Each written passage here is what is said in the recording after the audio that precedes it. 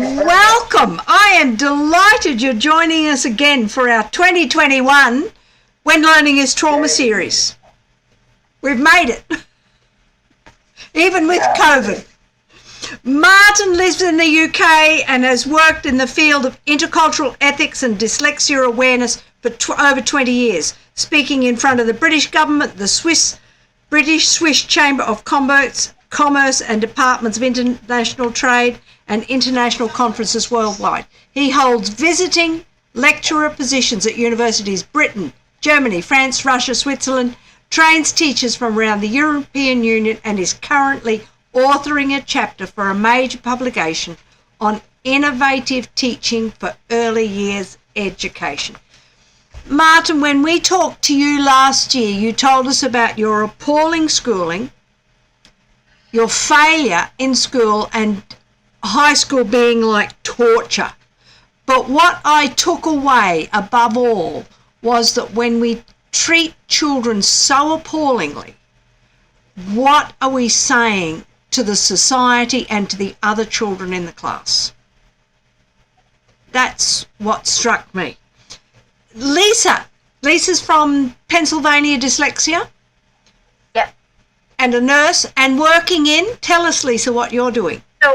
So now I work as a nurse in an inpatient drug and alcohol rehab center, which is something I've always wanted to do. And it's been really interesting for me because there are a lot of I would say, dyslexic characteristics. I'm not going to diagnose them as dyslexic, but I can tell that they are. And there are a lot of folks in there. So one of the reasons that I do this work is because we bring awareness to the schools.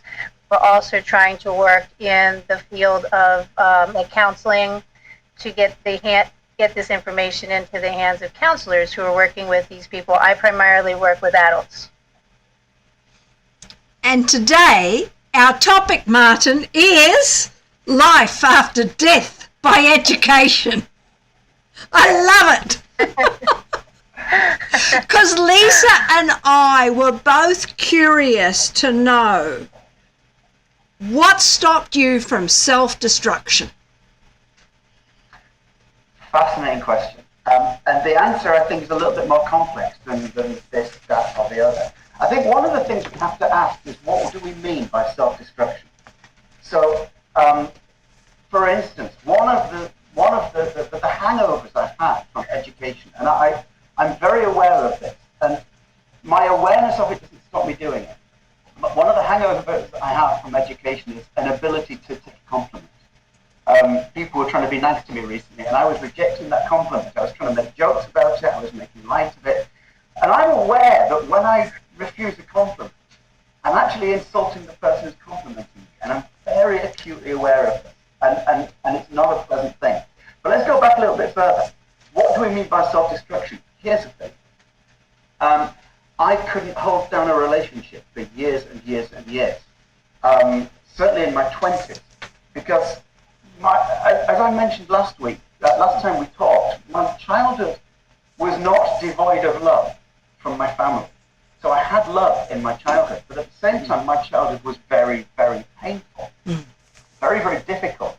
And for many years, for most of my young adulthood, until I was about 30, 31, I would associate love and pain. Yeah. And therefore, if a relationship was not painful, it wasn't in my mind loving. And so if it wasn't painful, I'd walk away from it. If it was painful, it would self-destruct. So there was this aspect of sort of collapsing.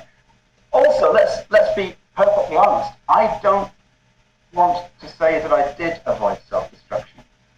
Depending on how you view self-destruction, I went through periods of excessive drink, self-abusive drink, to the point where I had a major issue for a while.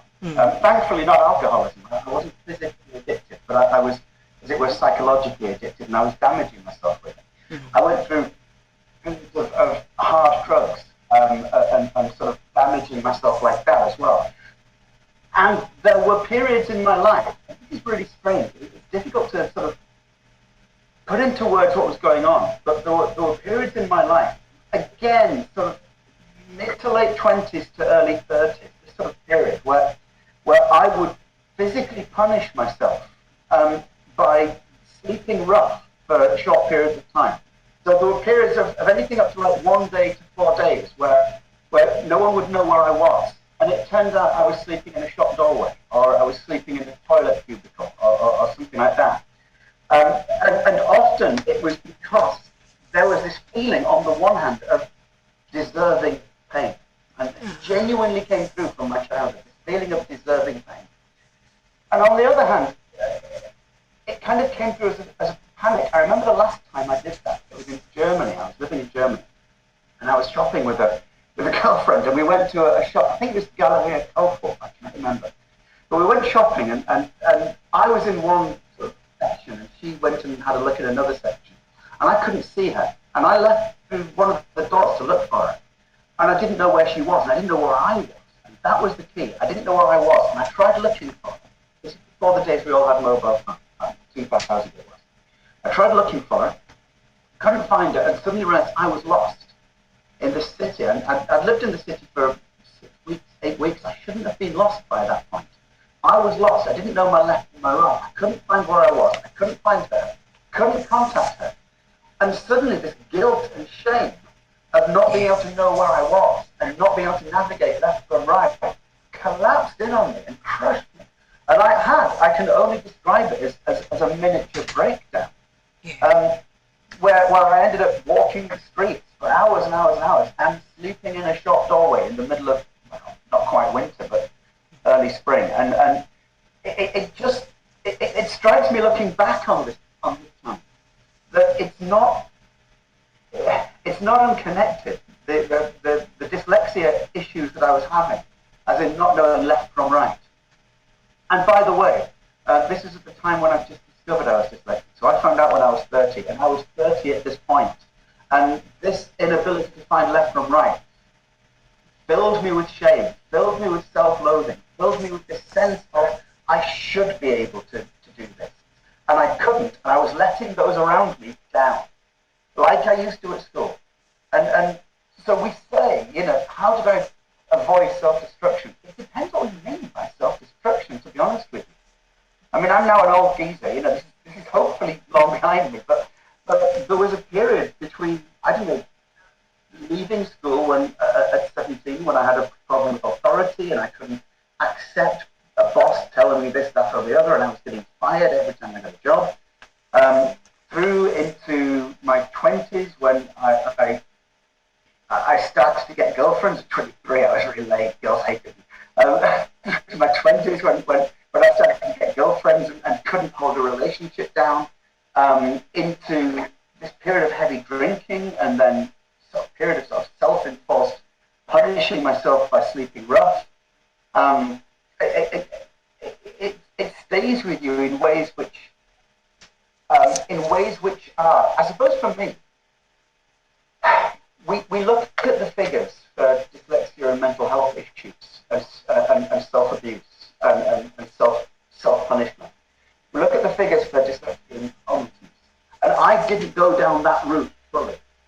But I was teetering on the edge. I really was teetering on the edge. Yeah. And it took a long time of sort of wrestling with myself. And I think, in a way, and this is a really interesting realization, so I gave this some thought round about the time.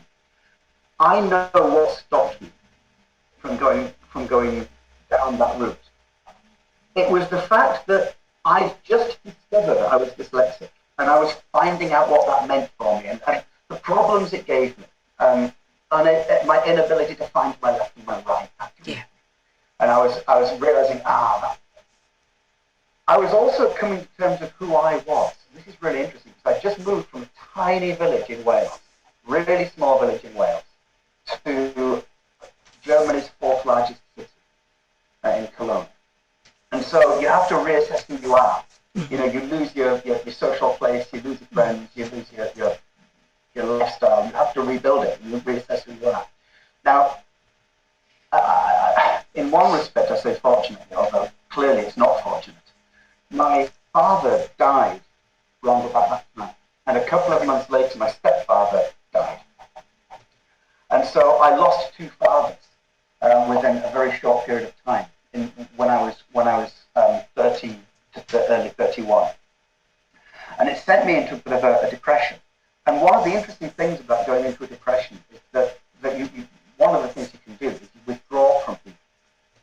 You find human interaction very difficult. And in this rather dark, lonely place, it suddenly felt like the perfect time to examine who I was, examine why I hold the relationship together, examine why I was punishing myself, and to sort of look back on my life and sort of reassess my behavior in relation to the circumstances and the context surrounding me. So I suppose that's the fullest answer I can give to that. You said so many things. I have so many questions. But one of the things I was going to ask is if you knew that you were dyslexic at that point where you felt like you were really sort of, I guess, sliding down into what? Some sort of, and you answered it to say it was about the time where you had found that out. So my question now is, what do you think would have happened if you never found out that you were dyslexic and been able to research that?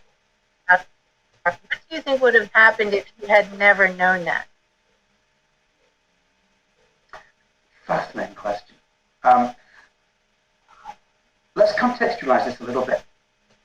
When I found out I was dyslexic, I went through a period of about 6 months. I remember this. The period of about 6 months of being ashamed of myself, feeling shame. I believe it's not massively uncommon for people to feel shame when they discover they're dyslexic. And so I guess this feeling of shame kind of gives the groundwork for what was going on inside me, whilst I was judging myself massively harshly for not being able to tell left from right. If I hadn't felt that shame and I just couldn't tell left from right, I'd have just, and this is really interesting, I would have just laughed at myself. And this is really interesting. Like I had always done throughout my life, I would have just laughed at myself. Now, I was talking to somebody fairly recently about this, that when I was at school, I sort of transferred to the state school, as I said, when I was 13 years old. And there was only a number of roles you could pick within a class. There was only a number of roles on the shelf available to pick. You could be the clever one, and I wasn't the clever one. You could be the aggressive bully, and I wasn't an aggressive bully. You could be the shy introvert, and I wasn't the shy introvert. Or you could be the clown, and that was me. Now, one of the interesting things about being the clown is it's a survival mechanism, because that's the roles that you take in school. But it also, and this is really important, when teachers play along with this, and they did, when teachers play along with this, they teach you that you are to be laughed at. They teach you that your mistakes are comical. In other words, they teach you that you are comical, that your inability to tell left from right is a joke, that your slow reading speed is something that everyone can laugh at. And they're not doing it cruelly, they're not doing it in a cruel way, but they're hammering down this idea that you are a figure of comedy, a figure of fun.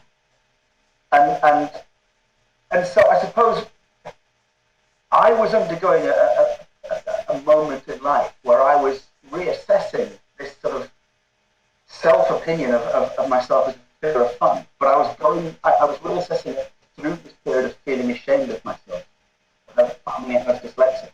And so I don't know, to be honest with you. Either I felt ashamed or I would have laughed at myself, and I'm not certain which one's worse. Yeah. Yeah, because then you had also mentioned that you went on to get a degree. It took you a while, but you persisted.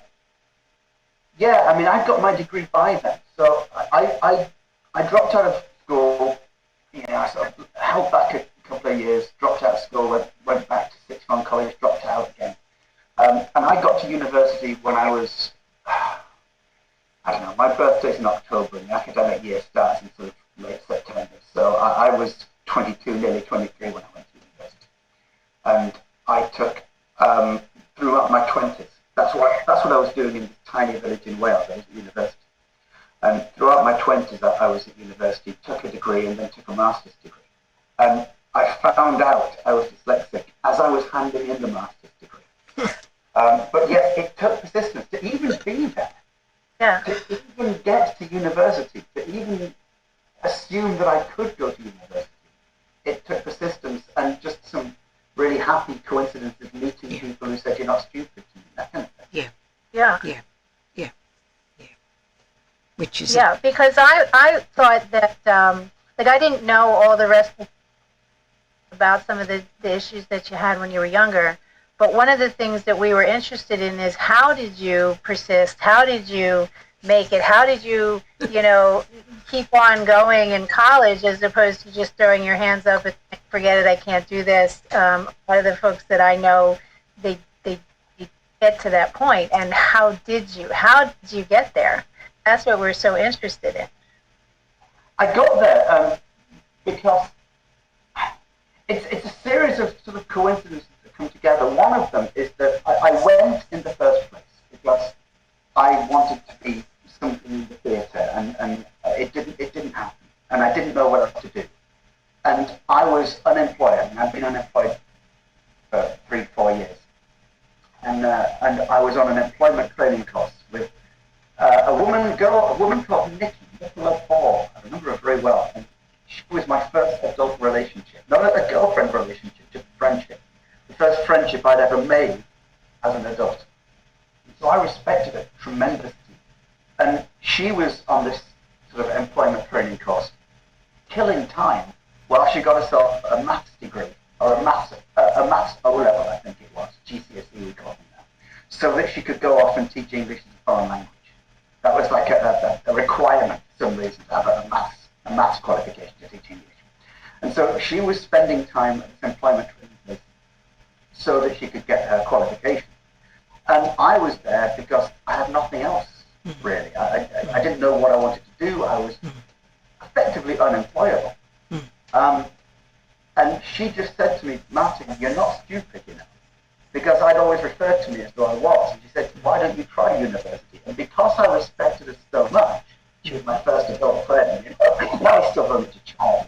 Because I respected her so much, I thought, I'll try it.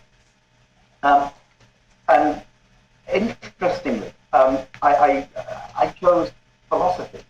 A very interesting reason to choose philosophy. I'd always been good. The one thing I was good at school was English. Not the writing bit, but the interpretation of the interpretation of text. Even though I never read the text, I could interpret it. I had that ability to be good at interpreted English. And I started to love etymology. And the reason I loved etymology was that I couldn't spell until I was about 16. And the way I taught myself to spell was to teach myself etymology and sort of morphology and how words are put together, and how words from a Greek root are put together, and how words from a Latin root are put together, and how words from a Germanic root are put together. And this was fascinating me. And I thought I'd love to go to university and do English.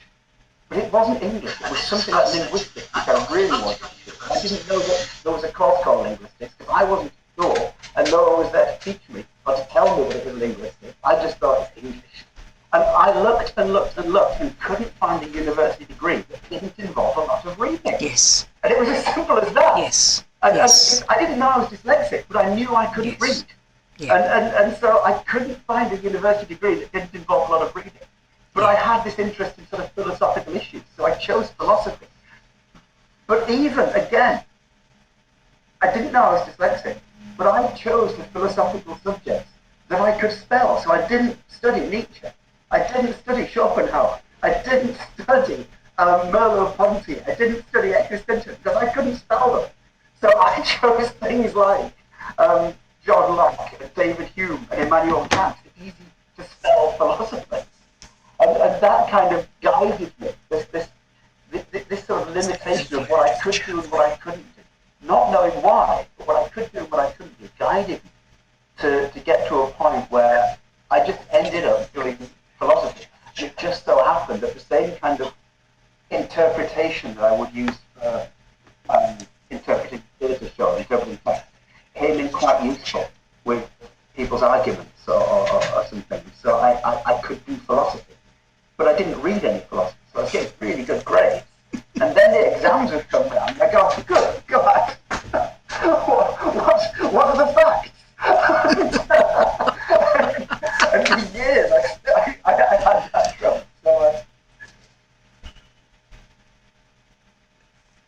there's a sorry, did I answer the question correctly? there's no right or wrong, Martin. But it's the persistence that somewhere deep inside you hasn't. Yes, yeah, you're still here. One. That's a start. Yeah. I mean, that word. Let's pick up on it. That word, persistence.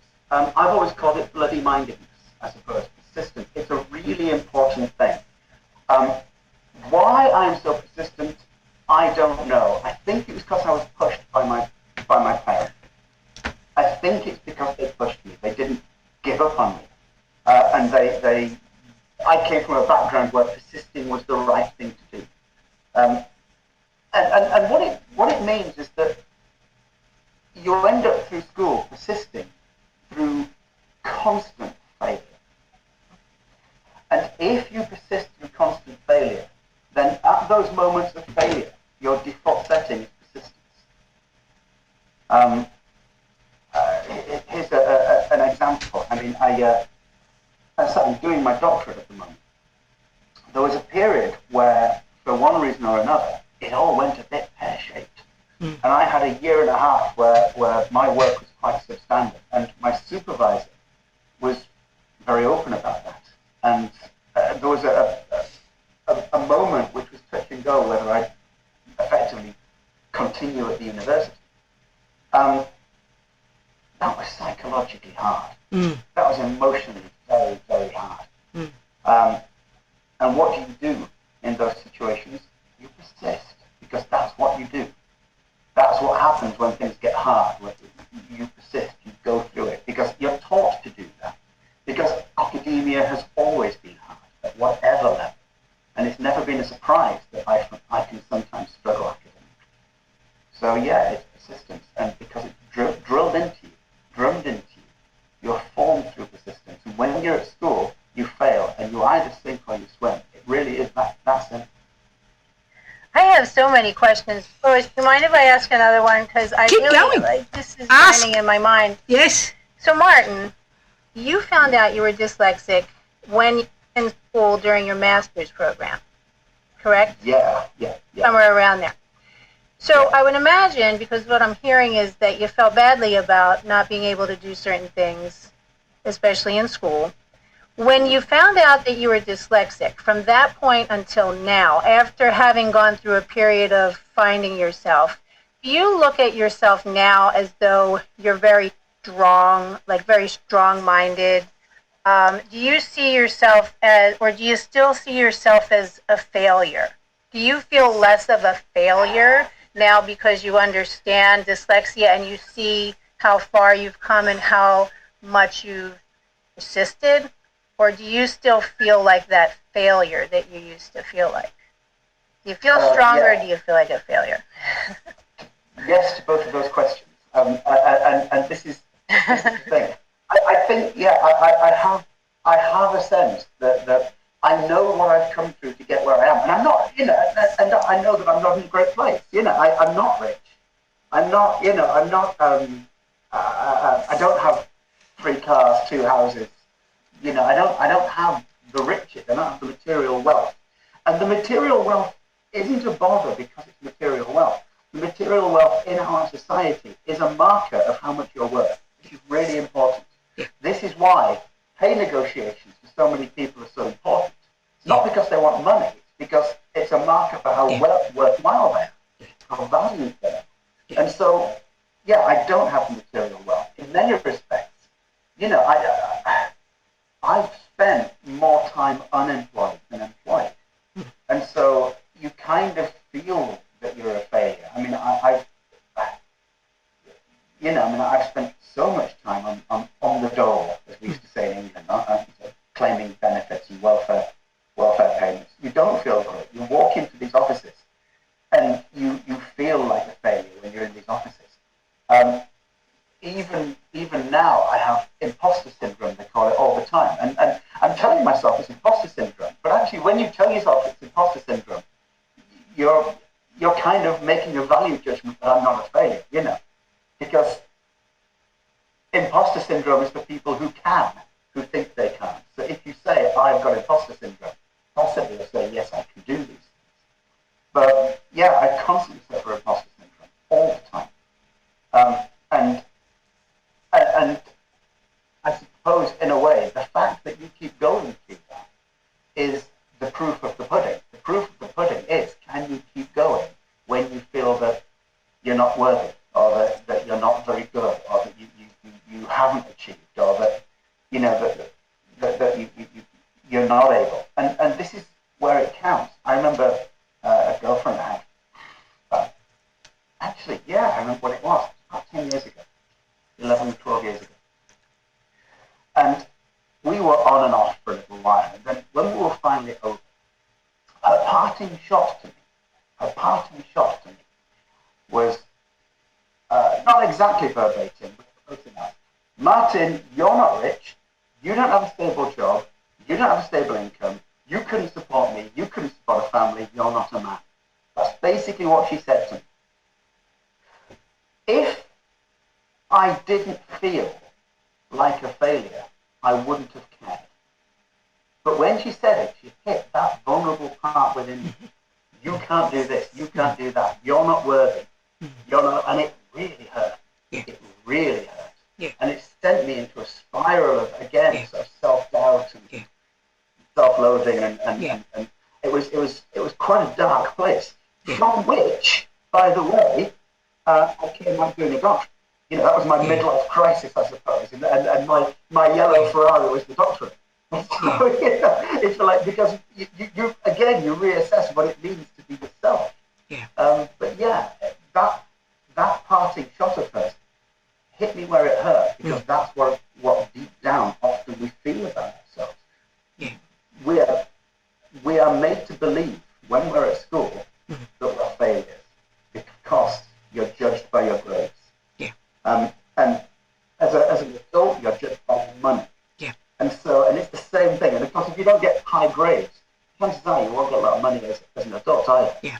You know, so you know, you're judged as a failure because you get low grades at school. You go into the world of work. You don't necessarily get a great, well-paid job, or well-respected job as an adult, and therefore you are judged by society as a failure. And so, yeah, it's a self-perpetuating cycle. Wow. You know, to me now, it's not even the income, but it's job stability, which, you know, do you have to work when you're sick? You know, can you buy a house? Can you live in a place without being forced out? I mean, it's all sorts of roll-ons that happen because you don't have a stable income, isn't it?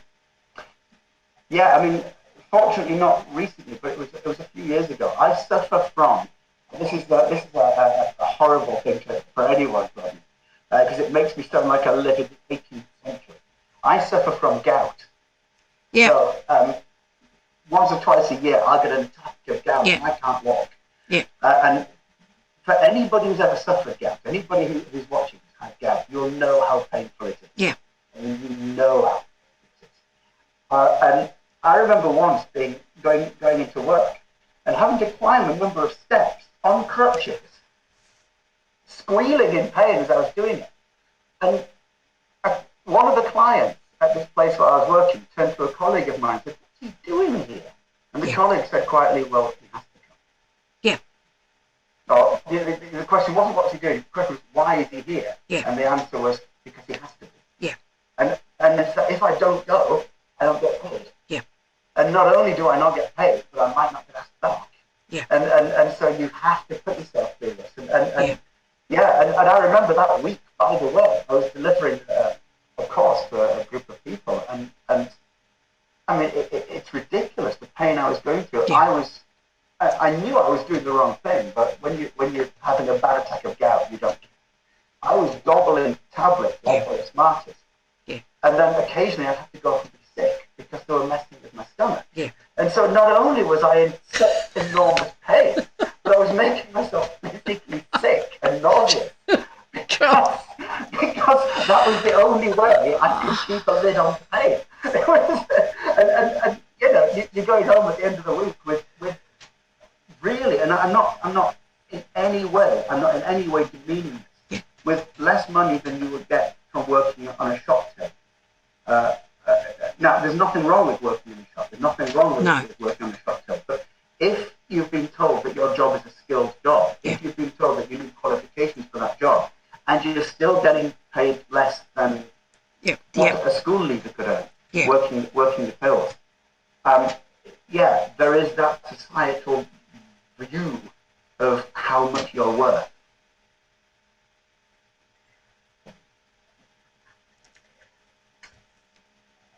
Lois, I see you taking a lot of. No, I was going to say, Lisa. A lot of notes. I still have a lot of questions, but I don't want keep to going, Lisa. Time. Keep going, Lisa. Listen, keep going. I'm still fascinated with this sense of self, this self-esteem, and I can't help but just wonder.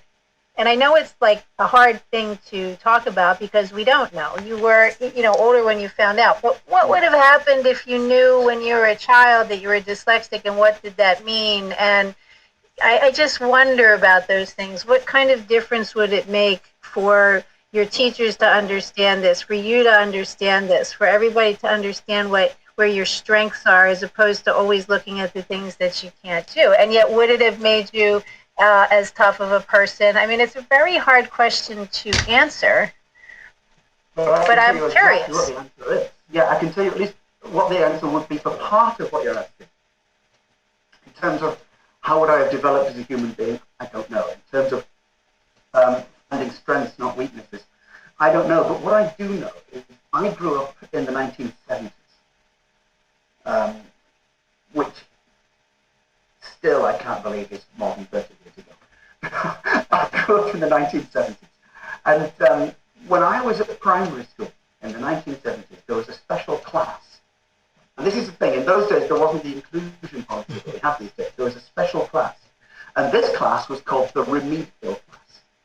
Now, it took me until I was 16 years old and teaching myself how to spell using, understanding morphology and et cetera, to realize that remedial and remedy come from the same root. Until I was 16 years old, I still thought remedial meant, and I'm going to use the word here, and please forgive me. I'm not using this word as I use it. I'm using this word as I would have used it as a child in the 1970s. And I hate the word. It's difficult to get it out of my mouth. So please forgive me. I don't mean to use this in a derogatory word. This is a reportage from when I was a child. Up until the age of 16, the word remedial was a synonym for the word, well, a very negative word about people who don't think properly. A very negative word. So I can't say it. But it was a synonym for an extraordinarily negative word about people with physical, emotional, mental problems. Those people in the remedial class were avoided by the rest of us because you might catch something. You might catch the remedial disease.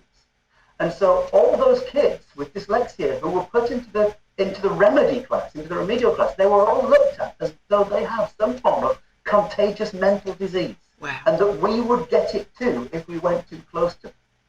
And this is one of the problems of what you might call non-integrated education, where if you have a special class for certain kids, those kids are all pointed at, and we all know that we've all done it as children. Every single one of us will have done it as a child, because as a child you don't have that kind of moral compass. You're far more sort of basic. So if I'd known I was dyslexic, or if people had known I was dyslexic when I was a young child at primary level, I think my life would have been awful. I think I would have been stigmatized. I think I would have stigmatized myself far worse than I ever did as a non-remedial child. I'm not certain how I would have developed, and I know for a fact that every other child would have looked upon me as a form of a grotesque.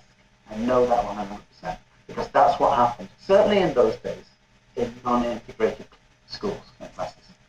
Well, here's another question. So we all know that we're social animals as human beings, and we need community and friends.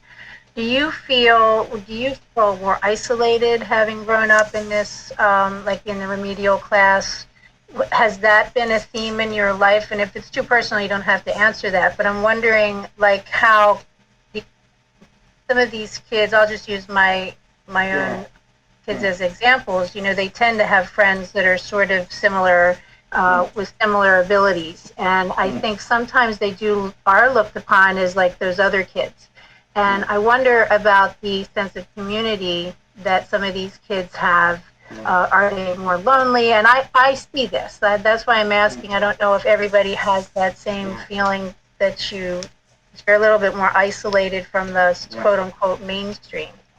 Well, I mean, it's strange. I mean, I never went into a remedial class. But I know that if I had done, I'd have been isolated from the rest of the school. And yet, at the same time, I wonder whether there would have been sort of an in-group collectivism within these classes. I don't know. What I do know is being in mainstream class, not the remedial class, being in mainstream class, was an isolating experience. Yes. Because certainly boys' school, but I'm guessing also girls' school, is very competitive. Yeah. And there is very much a sort of this idea that if you're not really good, then everyone makes you know it, and you really know that you're not very good at certain things. Yeah. And so being in a mainstream class was extremely competitive. I had a couple of friends, they and I stuck together. Everyone else seemed to be against this. And thankfully not me, but a friend of mine, one of my best friends, and I'm still very good friends with him. A couple of years ago, we were looking back on old school photographs, and there was a photograph of him, and we were laughing at it, and you could see the shoe marks all over his clothes. Because he'd had the living hell kicked out of him as normal, and this is the normal school photograph, people standing there, and he was covered in shoe marks. But this was very commonplace in my in my school. I got it. He certainly got it. Another friend of mine got it, and this was very much because you were singled out because academically you weren't capable, which is why you defended yourself with the clown act. I misunderstood. I thought you said that you had been in the remedial class. So it sounds like the answer to that is probably yes. Either you're going to be isolated because you're in the remedial class, or you're isolated because you're in mainstream and you're not keeping up with the rest of them. And that's just very interesting to think. That's sad that these kids don't have that sense of community. And, not to say anything personal about where I work, but what I see is a lot of these adults are isolated. Now, that could be from other reasons. I'm not saying that's the only reason, but I do tend to see that. And I feel like a lot of that,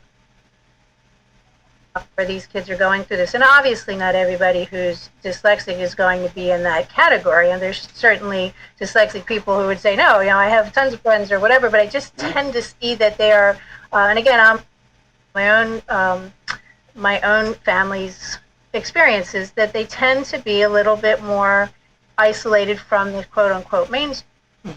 And they are very much like very personable kids. I have my two sons are very personable, but they tend to be that class clown and that sort of thing. But that in itself, it's a little bit isolating because the teachers don't like that. And once the teachers get upset, then the rest of the class picks up on that, and everybody thinks that you're just being pain in the neck. Yeah, I mean, there are very few people with dyslexia that I've spoken to throughout my life who look back on school and go, oh, that was great. Yeah. You can count them on one finger, can't you? Yeah. I haven't heard any. Yeah. I mean, whew. Well, and that's how this whole thing came up, right, Lois? I mean, look, with the experience that you're had, devastating. And he was one of the successful ones. He was the one, once we got to Lubbock, from 4th grade to 12th grade. He loved school. He was fine. You know, but it's the incidents that happened were really so dramatic that, 10 years after them, he's crying about them. So we don't escape from these terrible situations with no impact. Yeah. Irrespective of whether we've succeeded or failed. I think it's then the degree of impact. Like you said, you end up being the unemployed and the struggle to keep work and all of the other, and the implications for that in today's world are horrendous. Yeah. There is, as I once said, there's a school-shaped bruise just there in your heart, and it remains there. It remains there. And it follows you into the world of work, not only because of your grades, but it follows you into the world of work because of what you feel you deserve. Yeah. Yeah. And that's a big thing. Yeah. That if you grow up feeling, because of what you've experienced, that you don't deserve top marks, you don't deserve the school trophy, you don't deserve to be made prefect and head boy, if you grow up feeling like that, then you'll go into the world of work thinking that you don't deserve to be in a management position. You don't deserve to be on that pay scale. You don't deserve to be in this area. You just need to be here and mind your business. And so it's not only the grade that you carry with you, it's this feeling of what you deserve that you carry with you. What do you think would be helpful for people to not feel that way as they become adults? I mean, clearly you made it through school and your work towards degrees. I mean, clearly you don't give up, and that's maybe a personal trait, but what do you say to other people so that they don't give up? Well, I try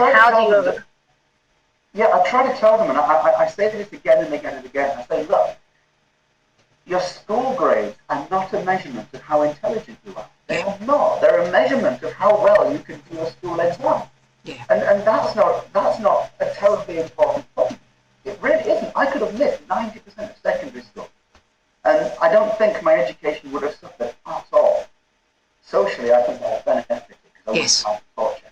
But I could have missed 90% of secondary school, and academically, I wouldn't have suffered. Yeah.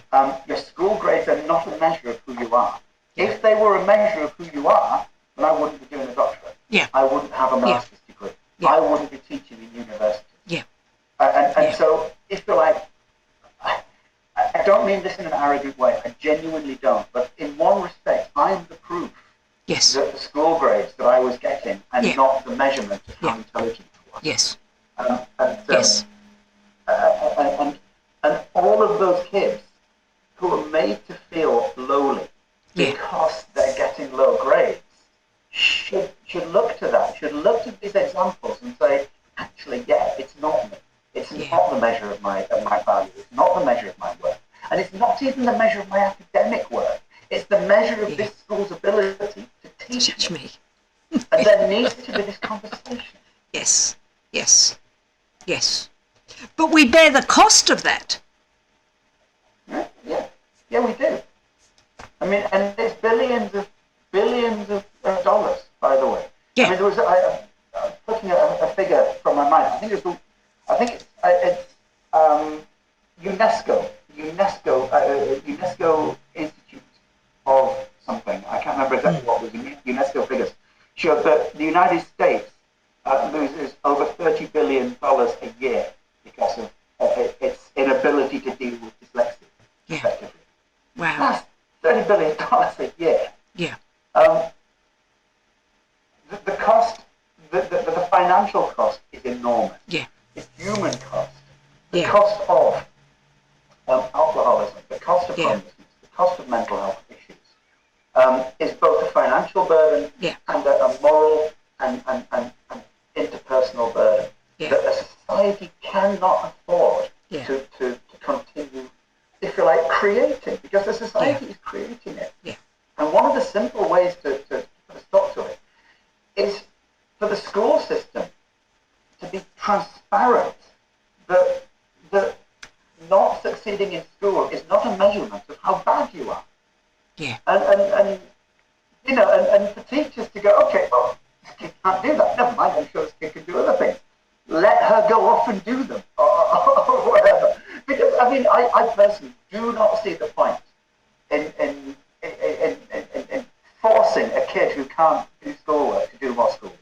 Yeah. It doesn't make any sense at all. And Einstein did not say, this is one of those things that Einstein didn't say, but everyone thinks he said it.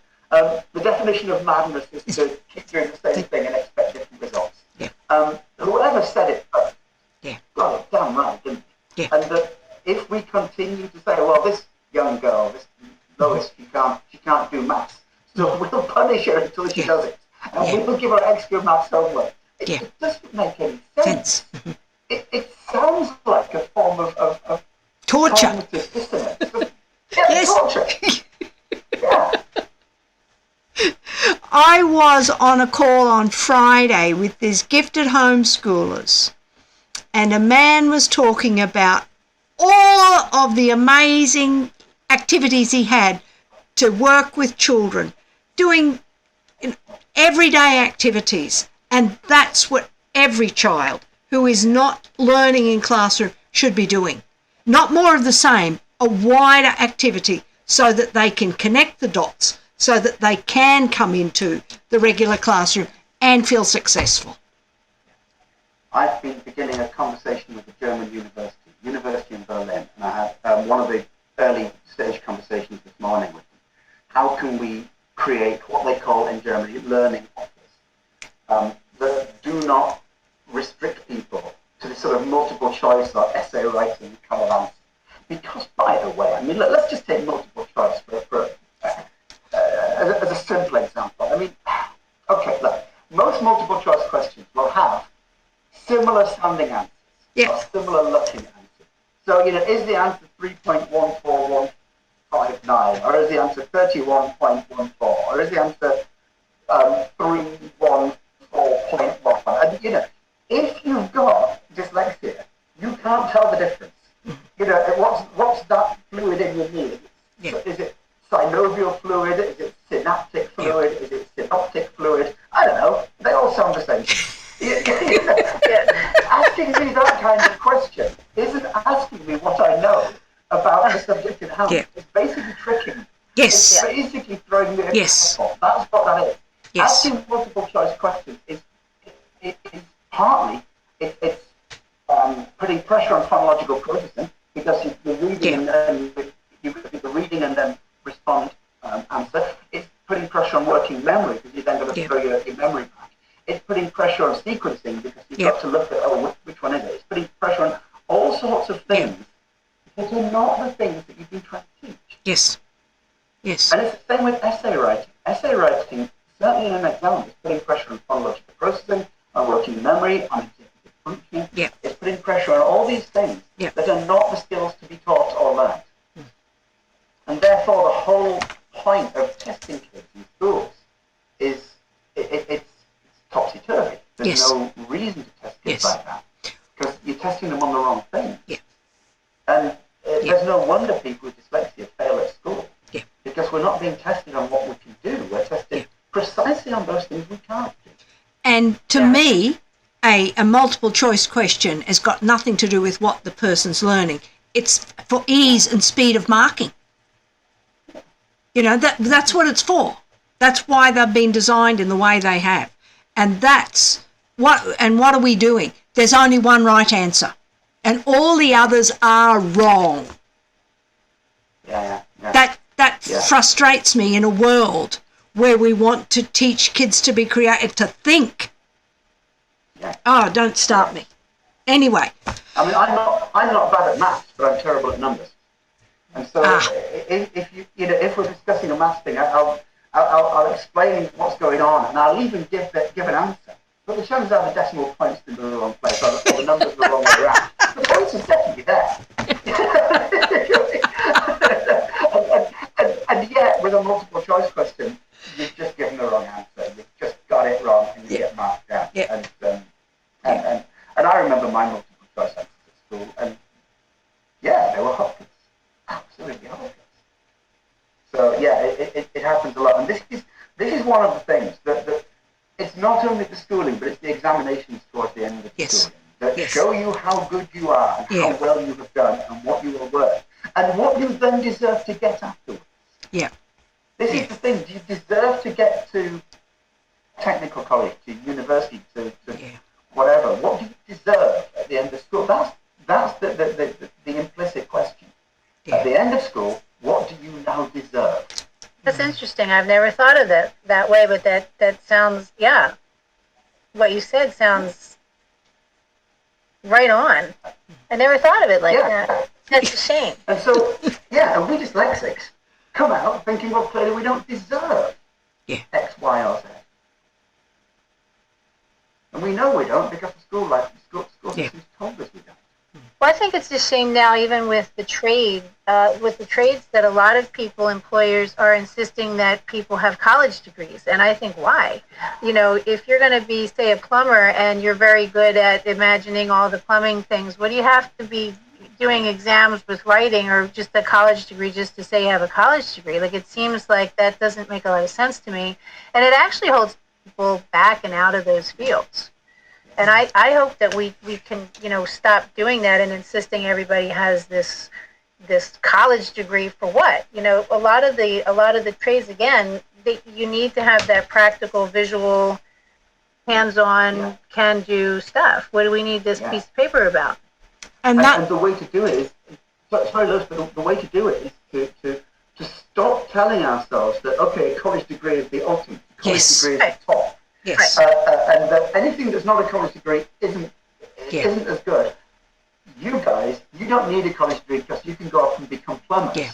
But in a way, if we keep this narrative that college degree is the top, we're telling the plumbers that they're not at the top. Yes. And I don't Yes. agree. I don't think that they're not. Yeah, right. Like, I don't think a college degree is any better than somebody who can do plumbing. I can't do plumbing. There's no way. You could teach me all you want. I'm still not going to get it.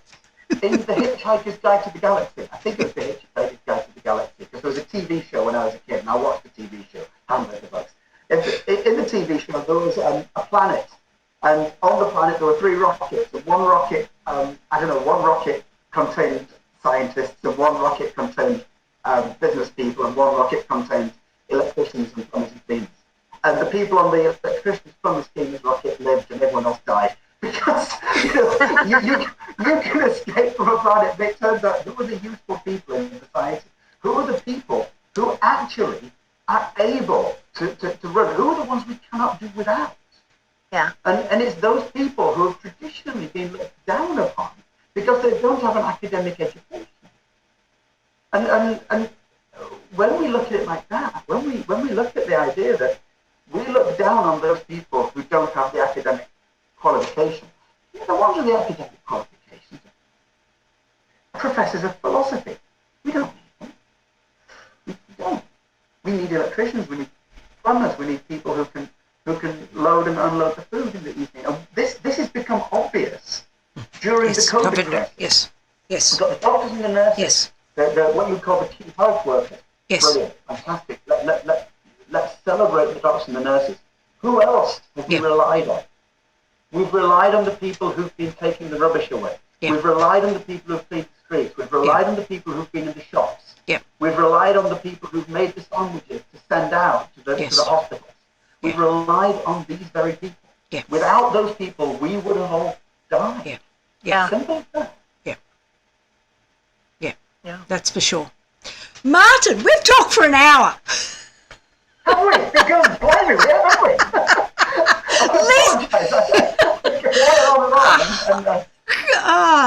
There's so much to unpack on this whole, failure. What happens when we don't teach children to read? And Lisa, you've got so much insight now.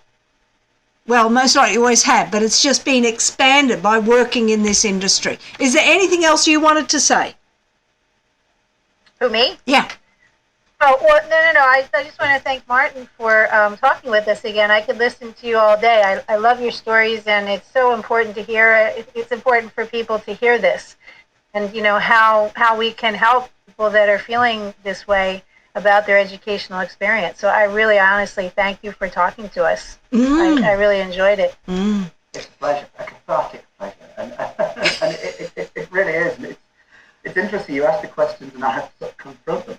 Yes. And it teaches me an awful lot. This whole idea of this discussion is a very important thing. And I think that the thing that has come out of it is that teaching kids that they're not worth it. Yeah. Through the school system. Yeah. And that has to change. Not necessarily at school is itself a bad thing, but the way we do it is we're teaching kids that they are different, they're not as valuable as other people, they are somehow pariahs, they can be ostracized, they are great, they are valued on their grades, and this carries through into adulthood. Yeah. To the point where if I hadn't been so lucky, yeah, I would have continued down this path of alcohol and drugs and sleeping rough and God knows what else. Yeah. And where can we find you? You do something called Dyslexia Bites, which I think is so cute. Indeed. Yes, thank you. Yeah, you can find it online. You can find it on www.dyslexiabytes, BYTES, dyslexia, BYTES. I think it's clever. Dyslexiabytes.org. And you can find me on YouTube ranting as well. And on LinkedIn. And are you on Facebook as well? I am, yep. And in fact, I run the Dyslexia Bites Facebook group. Right. So people can join the group on Facebook. Right. You can find me on Twitter. Yep. BYTES Dyslexia, so Bites Dyslexia, just look at Dyslexia Bites, and you'll see me there. And you can find me again on LinkedIn with a book, pretending that I can read. You can find me on LinkedIn under Martin Bloomfield. Oh, Martin, thank you so much for talking with us today, because next week we're going to be talking to Joe Brummer, and he has a book out called Building a Trauma-Informed Restorative School. So it's going to be an excellent follow-on from you, trying to break down. He comes from a different angle, but it's trying to create a community, I imagine, at the beginning. So I am Lois Letchford. Thank you, Lisa. Thank you, Martin. Look for us on Facebook, YouTube, and I thank my son Isaac for all his technical support, because I couldn't do it without him. And for the people who have commented, thank you so much. I haven't read them out, but thank you, and I'll answer them when I look at them after this is finished. And thank you for the opportunity.